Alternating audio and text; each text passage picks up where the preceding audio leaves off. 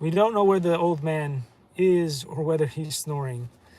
Anyway, I brought the book here, Intentional Robots, but what happens when you are the robot, and what happens when your intentions are good, but you keep failing at everything you do. I don't know. That's a good question for robots around the world. But anyway, as you guys know, I am going to be trying to train my own personal robot, and we're working with a cool company together to get it to run better, so that the software and stuff will finally at some point be able to communicate in some kind of manner. Eventually, the robot, years and years from now, will be able to maybe even replace me and continue on the channel when I am not able to do so. But you know, who knows how many years that it's going to take for the software to get to that point. And you know, when you find a good company, that is willing to help you out and work with you, I say do your very best to make it work, because you know, at least then you can grow together with the company. And so that is what I am doing right now. So we'll see how we can train the Terminator, because if you train the Terminator the right way, then the Terminator won't take over the world with Skynet and destroy whatever is left of what humans haven't destroyed.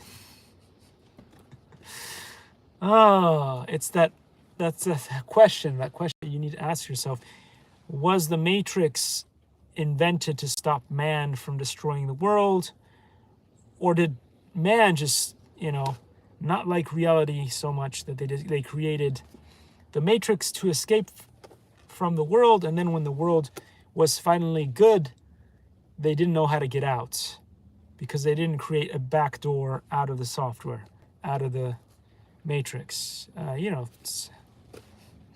you never know what's going to happen, right, with the Matrix. Anyway, lots of funny things. Well, not funny things, but lots of things are happening in the modern world today. And the battle of the Titans is going on. We've got Elon Musk on one side of the equation when it comes to the way the world is going to run when it comes to office space and stuff. And then you have on the other side, you have Mark Zuckerberg, who wants to promote ways to get away from the hustle and bustle of what reality was and has been for so many different decades. And in some ways, one method is good, and in other ways, the other method is good. Just truly depends on what the business is that you're trying to run. If you're trying to run a trucking service, I think that maybe Elon's way is probably better, because you need people to be in place to do what needs to be done. But if you are a coder, I think it's probably better to, and most coders would probably enjoy working the way that Mark Zuckerberg works, which is mostly remotely. Because you could be, you know, the cool thing about the modern age and what COVID did is that it opened up a whole bunch of new possibilities. And, you know, if you are a coder, why do you want to be in an office when you could be working from the beach? You can still be just as productive from the beach, unless the ladies interfere with your work, as you could be at the office. Anyway. So that's why a lot of coders run real fast to California, so that they don't have to deal with the bad weather, and they can enjoy all kinds of fun stuff, including coding, right at the comfort of the beach. Hey, why not, right? If you can, why not? But Elon Musk wants everybody to go into the office.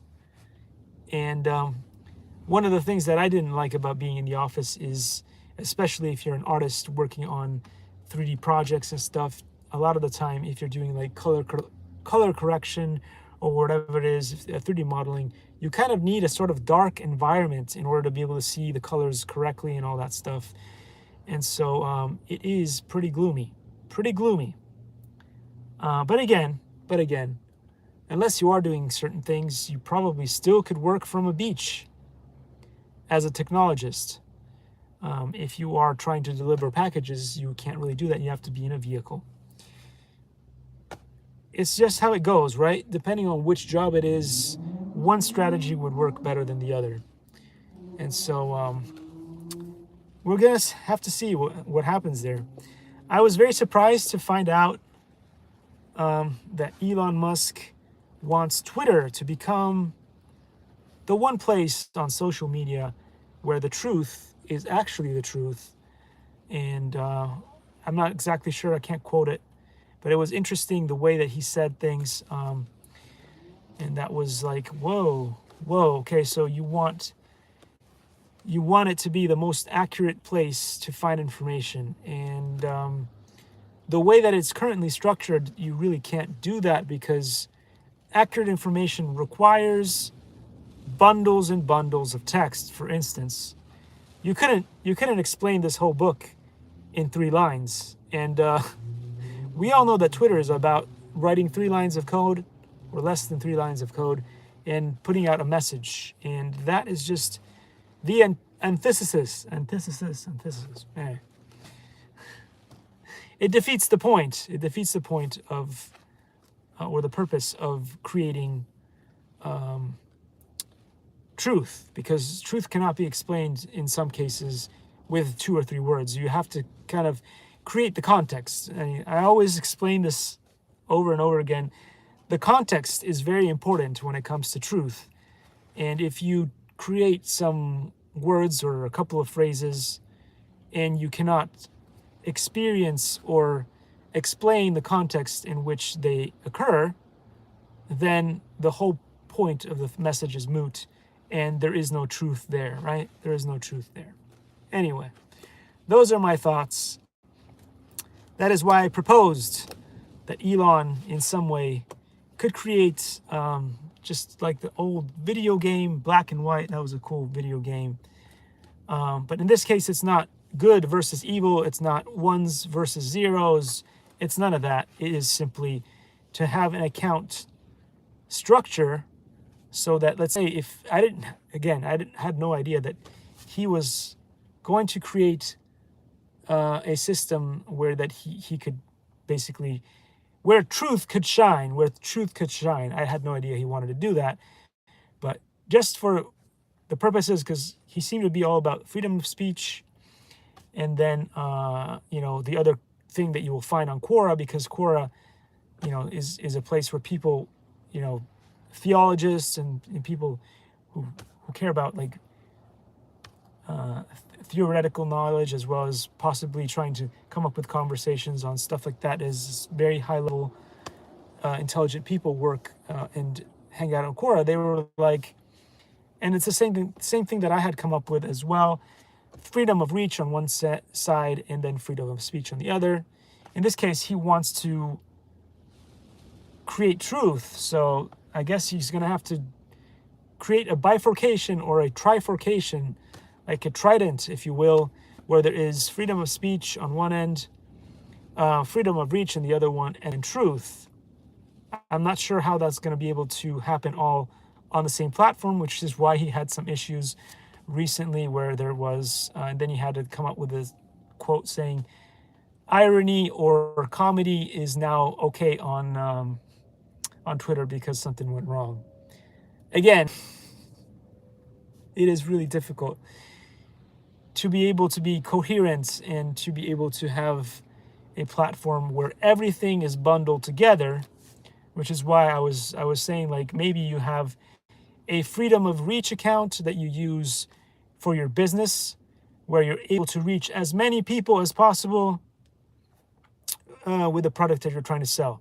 If you're trying to sell a product in general, unless that specific product is catered to a specific demographic, but generally speaking, like if you are selling a car, you don't care who is going to drive the car. You just want to sell the car to as many people as possible. So politics should not be a part of that in any possible way, because you don't care if a certain person from a certain country decides to drive your car or not. if it's male, female, non-binary, or whatever. You just want to sell as many cars as you can to as many people as possible. And as soon as you put in politics or other things, you are going to anger a certain amount of people who then may or may not decide to buy your products. So stay away from that, right? Stay away from that.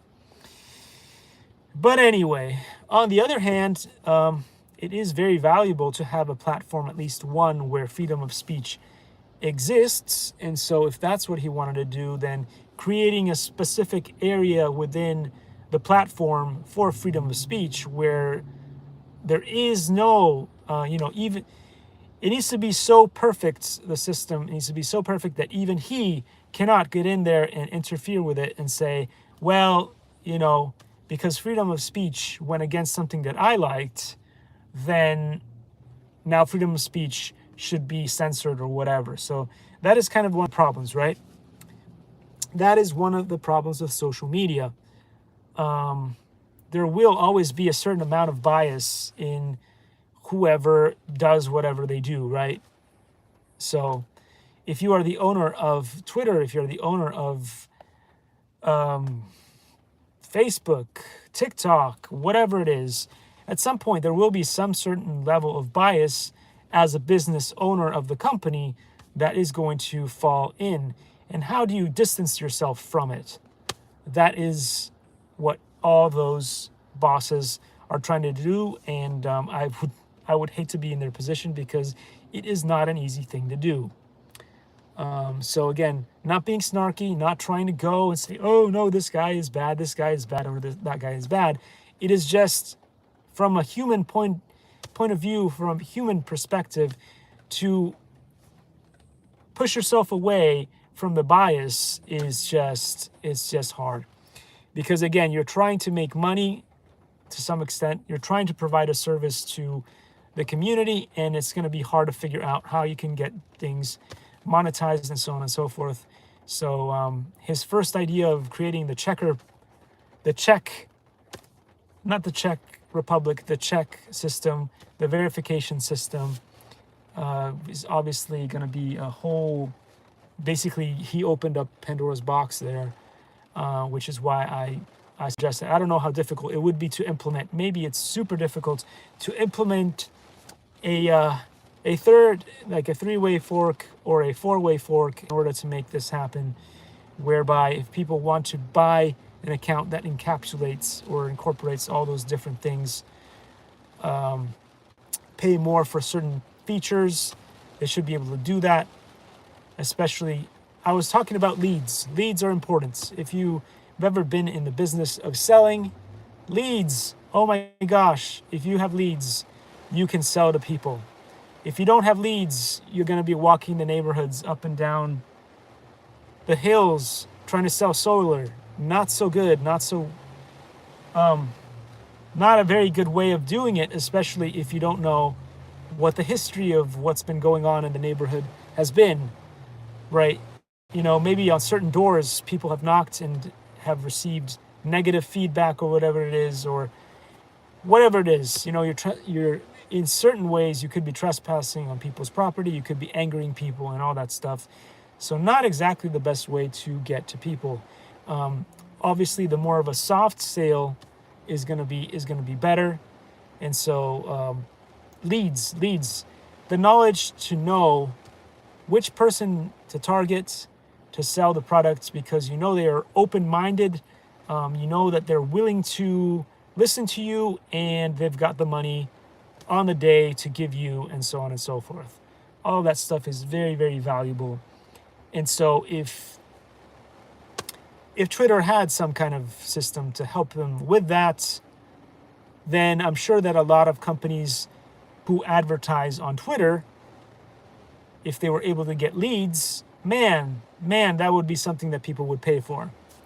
What else? If, as I said before, the ability to have a multiple reach account, so you have everything and you don't have to necessarily create, let's say, because most people would be on Twitter, they might create 4 different accounts, right? You would create one for one thing, one for another thing, and one other thing. As someone much smarter than myself, such as Eli the computer guy, said, if you have a conversation at a bar with a friend, you don't want that same conversation or that same kind of speak to be done, let's say, in the office, because some of the things that you may say to your friend at the bar are not going to be appropriate for the office, and so on and so forth. So this kind of system could be very, very useful. Now, again, I'm just saying that I'm not somebody who's capable enough to code any of that stuff into Twitter, so I don't know how difficult it would be to implement, but that would be a better solution than to start doing some of the stuff that's been going on Twitter right now, which could end up backfiring. But then again, we don't know. This is the thing. We don't know what is going on in the mind of Elon Musk. Elon Musk might have all kinds of different ideas and plans in his head. We don't know what those are. Generally speaking, we've seen him create all kinds of businesses, create all kinds of stuff, and be successful at it. We don't know if his plan is just to burn it down. If his plan is just to burn it down, he can just burn it down. He can do whatever he wants. He can troll however he wants, because, let's face it, the company belongs to him right now. And if he wants to just do this for fun, because he has the resources and all that stuff, to just troll and burn down the whole company, he can do it. And so we just have to figure out what he is doing. And it's going to take a while because, again, the mind of somebody that is that successful is hard to understand, and perhaps beyond the capabilities of most of us little people. Therefore, it'll be very interesting to see what happens with it. And yeah, it's an exciting time to be here on planet Earth, except if you are obviously, and again, I will not snark about people losing their jobs. That I will not do. But if you're not involved in what's going on, it is a very interesting time to see what is happening between the titans and how Twitter will become what Elon wants it to become, or fail at becoming. But again, he has a track record of getting it done, so we'll see. It'll be interesting. Anyway, intentional robots, as I said before in the beginning of this video, intentional robots. Can robots be intentional? Can they have enough intelligence within them to make their own decisions and stuff like that? And as people, this is something that is pretty hard to do. We are intentional robots, but we are also people, and as people, we make a considerable amount of mistakes on a daily basis, whether we're driving, creating the latest and greatest company, or just living our daily lives through the hustle and bustle. Man, do you hear that? This, you guys, is Southern California. Look at that. Well, there's not much to see, but you can see that there's rain, and you can hear that there's rain. So, oh by golly, if it's a duck and it quacks like a duck, it must be a duck. Anyway. So, I'm going to read from this little book here a little bit. Good chance I might burp from time to time, because I've only had one meal today. I'm trying to lose weight. I've tried to lose weight. Can you tell that I've lost weight? Does the camera give me an extra 30 pounds? How much of a fat vegan do you feel I am today? Leave it in the comments. I would love to know. Anyway, robots as subjects. I think that the conscious mind is the most important subject imaginable. We are at the beginning of the neuroscientific revolution. At its end, we shall know how the mind works, what governs our nature, and how we know the world. Gérard Edelman. Anyway, that's what he said. That's what he said. And these days, they are putting in these things called pancake lenses. And no, unfortunately, you can't eat them. You can't eat them. But there's going to be things like cameras and tracking and stuff. And they're going to be able to determine your thoughts and the way that you express your emotions. And as we know, the majority of our emotions that we can feel and experience are negative. There is only one word for happy, and there's only one kind of feeling that is happy.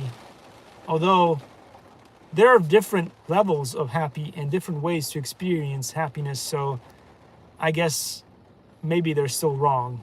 Maybe the things that we experience in reality are more than just the word happy. In any way.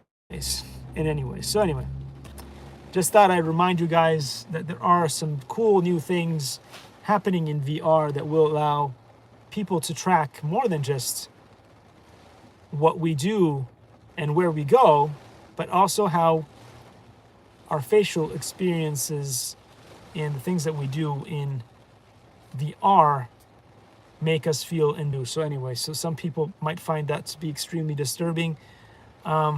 Again, since I am, for the most part, one of the least influential people on the planet, and just willing to test pretty much anything, I wouldn't say that I'm as far as good or as useful as a stunt double, but you know, in a lot of cases, I will try whatever is sent to me. So whether it is a plane, an RC car, or somebody decides to invite me to an event like I used to do a lot, where I could just jump into a vehicle, check out what they had in the thing, and then do some surveys. Again, most of the people that did the surveys were done in about a couple of hours. I would spend half a day in there because I was so excited about technology. And I haven't been to one of those events in a really long time. I would love to go, but again, my schedule just does not permit it anymore, which is really sad. Anyway, consciousness is the biggest mystery. It may be the largest outstanding obstacle in our quest for a scientific understanding of universe. It says of universe. I would have said of the universe, but don't get angry with me. It's something that David Chalmers said. Now, I don't know if it says 1, 2, 3. Okay, so that doesn't mean the second or the third, I don't think. Anyway, then it says, talking about the mind for many people is rather like talking about sex. Slightly embarrassing, undignified, maybe even disreputable. Of course, it exists, some might say, but do we have to talk about it? Yes, we do. This is Daniel Dennett. No, you don't have to talk about the mind if you don't want to. That is part of the freedom of speech, I guess. If you want to talk about it, you can. If you don't want to talk about it, you don't have to. But I'm not sure where Daniel Dennett comes from or any of the others. So if they're not American, they don't understand the concept. They don't understand the concept of freedom of speech. Anyway, there is a traditional distinction between subjects and objects. In our culture, the boundary is extremely important. Subjects have features that are not shared by objects. For example, subjects have rights while objects can be treated in any conceivable way. Again, this book, as I said before, was written a long time ago. We didn't have robots that could walk around, dance the mambo, and create their own TikToks. So back in the day when this was written, a lot of the things that were written in here are clearly outdated. I mean, if you look at some of the stuff that Boston Dynamics has done, the little robot dog that can dance, and some of the other ones that can dance standing and lift packages and bring things, and drones that can deliver packages and all that stuff. I don't think that any of that was created back then. So this was quite the book back then. And I don't remember when it was written, but you can look it up yourself. You can do a Google search or a Siri search or an Amazon search where you said, and you can check out when Riccardo Manzotti designed this book or wrote this book. So anyway, historically, human beings have been seen as subjects, royal subjects for sure. Besides, the idea that human beings had a soul was generally accepted. So we do accept that humans have a soul.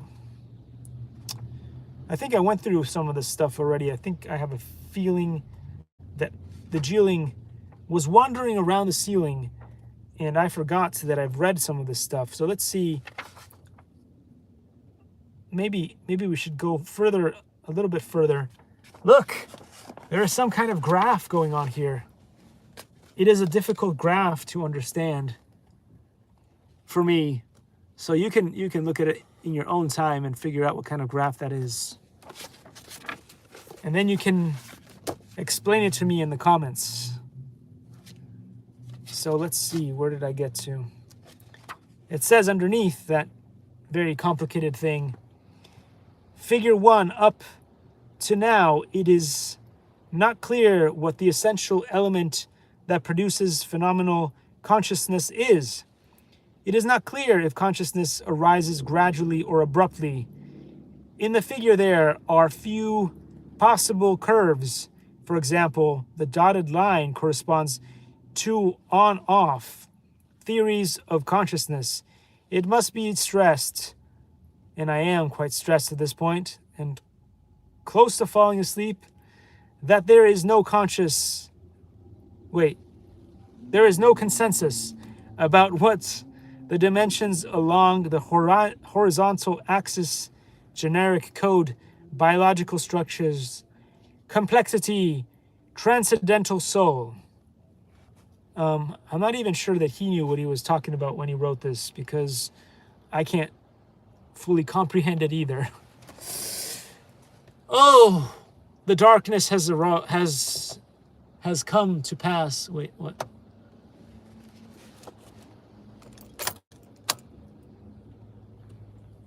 Okay. Wow. The darkness really has come down. It's the daylight saving blues, because they haven't stopped the thing yet. They said they would, but they haven't yet. So anyway, California is still suffering from the daylight savings. And you never know if they decided to repeal it before it ever comes to pass, that we finally get to live days without daylight savings. But anyway. So it says, intelligence is something that does. Consciousness is something that is. But what if consciousness allows something to be done? Huh? What happens in that case? What if consciousness is both something that is, but allows intelligence to do something? Get your thinking caps and start thinking about that. Anyway, don't believe the illusion. Don't believe the illusion. The idea of creating an artificial being focused on the capability of replicating human behaviors. So we notice that a lot in computer science, is that people are creating robots that are able to replicate some of the behaviors that we do. So some of them, as I said before, can lift things, or some of them are actually exoskeletons. So basically you can wear these robotic parts and you're able to lift things that are super heavy without breaking your back, because they take some of the strain off of you. So that's pretty cool. But anyway, we're talking about mostly those intentional robots. So robots that, for instance, you could buy, and if you are, you know, elderly or something, they could walk alongside you, help you clean the house, walking up and down the stairs, and bring you something to eat in your room and stuff like that. Excuse my burp, excuse it. And that's one thing that I'd like to remove, if I could genetically. Not having to burp and not having to do other things that are not okay in the Raz, as Ken Huron says, would be nice. But anyway, we're stuck being human, and so there we... I am, therefore I burp. Anywho. So there we go. So at the beginning, when the field of artificial intelligence was first being developed in the 50s, Turing proposed his famous test that implicitly stated that being a subject means being able to behave like a human being. The principle flourished in a period in which behaviorism was to be abandoned, only to be substituted by several elaborate forms of functionalism.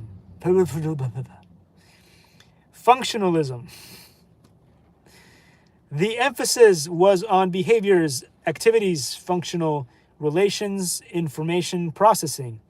The problem of this approach is that it is based on the existence of human beings that could provide the necessary goals for artificial machines. We will claim that intelligence cannot be defined autonomously from conscious subjects. With a slogan, it is possible to claim that intelligence is the capability of finding the procedure to obtain a certain goal given certain practical constraints. So I'm guessing you do a bunch of coding and you can replicate some of the things that robots can do, and then these robots should be able to do those things independently, such as cars should be able to take you to a place like Knight Rider without you having to do too much stuff. Say, again, this is going to be the problem. The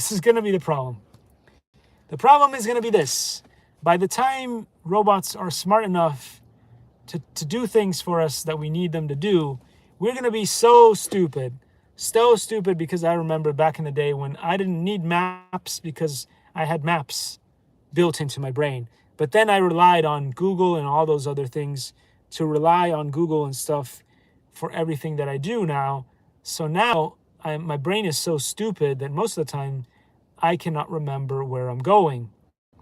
So then I have to rely on Google and stuff because the inbuilt repertoire that was in here of all the different maps of places where I would go is failing. But that's a whole different story because,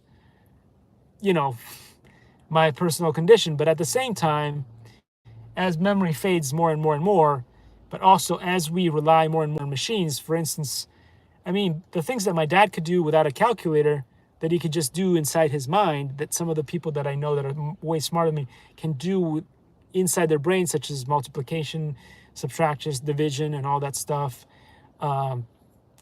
Remember all the different formulas to calculate tangents and stuff, stuff that I was never very good at. What happens when we need to completely rely on the computer because we've become so stupid that we can only rely on the computers to do things for us? Things to ponder on, to think about. How much stupider are we today, and how much stupider are the later generations of humans now that we rely so much on technology? And what happens when there are no longer any intelligent humans capable of doing the things that we need to do, and computers, for instance, are not able to repair themselves and propagate their own selves in order to assist us? What happens then? And could there be a time when that happens? That is something very scary to think about, is we keep bashing on technology, we keep bashing on stuff, but what if at some point we do not create computers that are able, like we're saying, like we're worried about the Terminator taking over and all that stuff, but what if we keep putting in too many fail safes in there, and eventually we do not create robots that can self-replicate, that can self-fix themselves, and therefore the burden of everything falls upon us to do it, and then we have become so stupid that we can no longer do that either. What happens then? Do we regress to a level of dinosaur? It's all a possibility. It's all a possibility. Anyway, we're going to end the live here. I've got to do some driving again, and a bunch of stuff to do that I've got to do at home, so I got to go. But hopefully I will see you soon in another episode of this, and maybe I will be less of a fat vegan at that point, because I am eating only once per day, which is a trying thing. It is a trying thing. And I don't know what that's going to do to my mood, but you'll see it as things progress. Anyway, thanks for being part of the show. Thanks for dropping by. And it is cool to see that there is a new cool feature on YouTube. Not always bad things to say about YouTube, not always bashing the YouTube, but there could be a fun thing, a new option in the system that would allow me to do live streams with other people simultaneously, maybe. At least that is what I think that it is what it does. I don't know at this point. We will have to do research to find out. Anyway, have a great rest of today. Tonight, I guess at this point, there's lights running. And if you're having the daylight saving blues, or the I can't go outside and fly my drones and things and RC cars and drift things, get yourself real flight. Real flight is a good thing to have on those days. We have gotten to the point of real flight evolution, which comes with a cool controller, which is slightly different from the one that I had, I think. And it also comes with its own hub, just in case you have a case of the Marco reviews, in which case things go wrong. The hub is supposed to stop you from having issues with plugging in and out of the computer. Things to remember, things are being done in the back end that you were not aware of because they're trying to fix stuff. You just have to give them a chance, and we do that on this channel, so there we go. And with that said, see ya. Thanks for watching. And if I could press buttons, that would be great.